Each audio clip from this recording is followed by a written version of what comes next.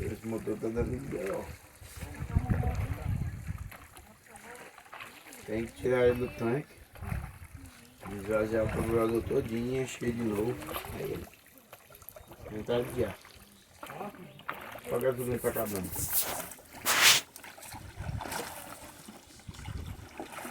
Então um dia tinha um cara aqui passando raiva com o candor aqui, eu dei ideia pro cara.